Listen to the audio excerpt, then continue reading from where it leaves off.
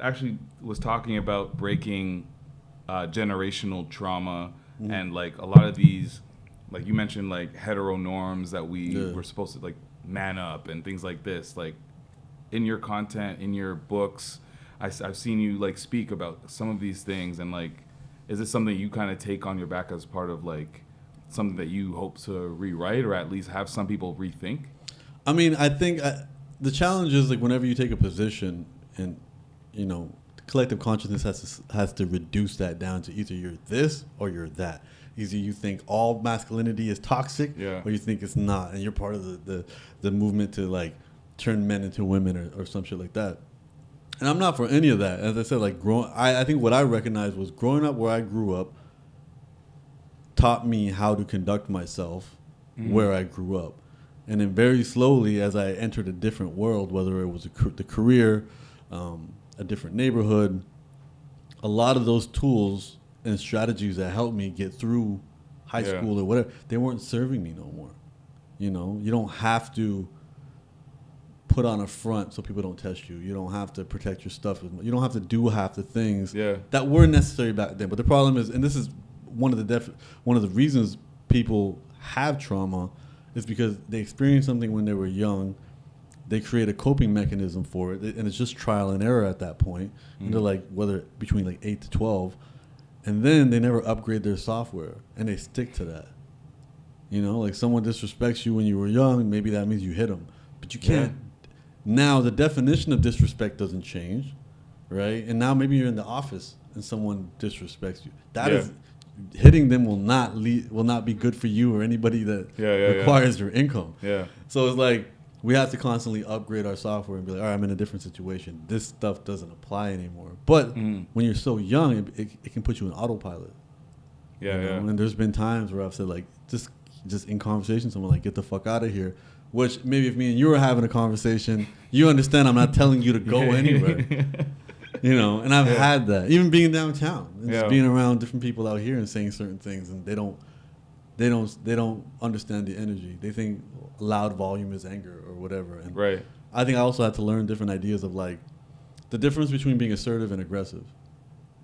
You know, I think when we're younger, you think it's one and the same, You think it's, and then you think that's how you get women. You know, women appreciate assertiveness. You know, you know, put yourself out there. But they don't necessarily they don't want aggressive man. But even when they're young, they don't know the difference. So then and then they can be subtly encouraging you to be more aggressive. You know, because that's what they grew up around. And I mean, and I've seen that all the way up to going to parties now. You know, going to parties now, and if I meet somebody. I mean, I think like last summer when I was still here, I met a girl from Jane and Finch, and it was so much easier to have a dialogue with her because we spoke the same language from the same type of place.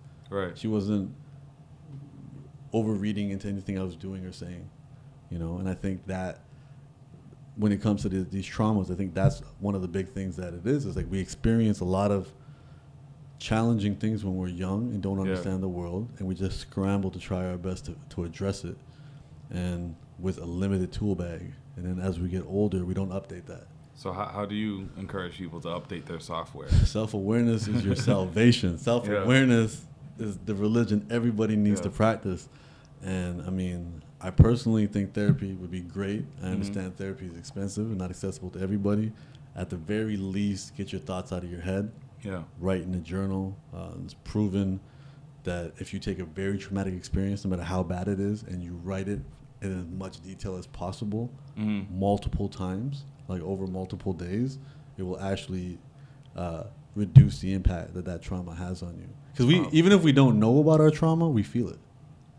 It's true. I, honestly, when you say journaling, like I've heard of that as like a mechanism that's very fruitful, but I honestly like I've never tried it, so I can't imagine like what it can actually. I guess the way I look at it is like one of the definitions of anxiety is literally a repeated thought. Right. So like they've done, you know, like brain scans of people, and they'll have the exact same kind of spike 70 times in a day. They're thinking of the same thing. Like a worry is just having the same thought play over and over and over again. Right. The challenge is just like this activity where I'm trying to draw somebody I can perfectly see in my head. Our thoughts are fractured. They're not complete. Right. but we're feeling the thought, but we're not even hearing the thought. Just the simple idea of saying it out loud will bring it to the light, and it disinfects it. It takes its edge off. It takes its intensity off.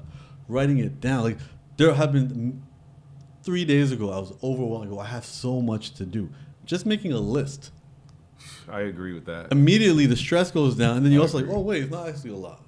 Then like, am I forgetting something? And then you sit there and think about it. But then you get it all off you. Yeah. It's no longer repeating a cycle in your head because now you're putting it on paper. So journaling is very valuable from that standpoint. Journaling and praying. Praying might be even better.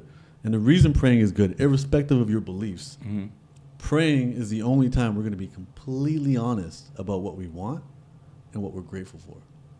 Because no one's listening. So now you become more aware. Like, what are you actually thanking your maker, your algorithm, your God for? Whatever your beliefs are, you just spend, because everyone prays in private.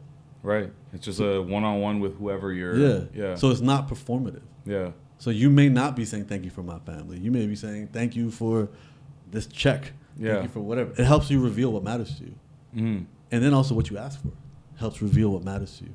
And if you do it out loud, you bring it to the light, and then that improves your self-awareness and helps you pick up on your patterns. And that does a lot, because the issue isn't the stress and the anxiety, because we all have that, because life is going to be hard.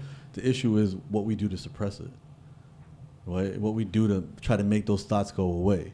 So instead of addressing it and journaling it, we might take a shot to numb it. Yeah. That's only temporary. Yeah. Right? And we might distract ourselves on our phone. You just made me realize that I've been journaling and haven't realized it. Like if you see like where I sit and I work or my office, I have all these sticky notes. Yeah. I'll write different things there. I'll be like, yo, you're that guy. Don't forget you're him. Yeah. I'll be like, don't stress. Like different affirmations. I'm writing these things so that I can just look to this wall, and like I do feel better when I do that. Yeah. But visit the dark shit too. Like get as dark as possible. Whatever you're as in like write it out. Like write it. Like bring it to the light. Yeah. Write it all out. And this is clinically proven. If you do, like, people with the worst trauma, like immediate trauma, like car accidents, robberies, crimes, whatever, murder, anything, writing it out repeatedly, it will reduce its emotional impact on you. I'm not saying it'll make it go away. But it'll reduce like I recently had somebody reveal to me that they're in a physically abusive relationship. Like I had the conversation with them, was trying to be a good friend, everything was cool. They left. I'm like, all right, time to get to work. And like I instantly had to go to the bathroom and throw up, because hearing their story, even if I was telling myself you're okay, it was impacting my body. Yeah. The stress. And then I was subconsciously fighting it, and then that caused me to throw up. You know what I mean? Like we carry everything. Even talking about generation, we carry it. Yeah. And if our parents and our grandparents didn't even know they were supposed to resolve it or integrate it, I don't like using the word heal because that insinuates something's wrong with us. But like we just have to integrate it. We just have to learn from it. We just have to find the value in it. If they didn't do it, they're passing it on to us. So now all we can do is break that cycle by getting it on paper, getting it out there, getting it with a therapist, getting it with whatever you can. So that's not in our DNA as much. Yeah. The only thing that remains is the resilience that came from dealing with that.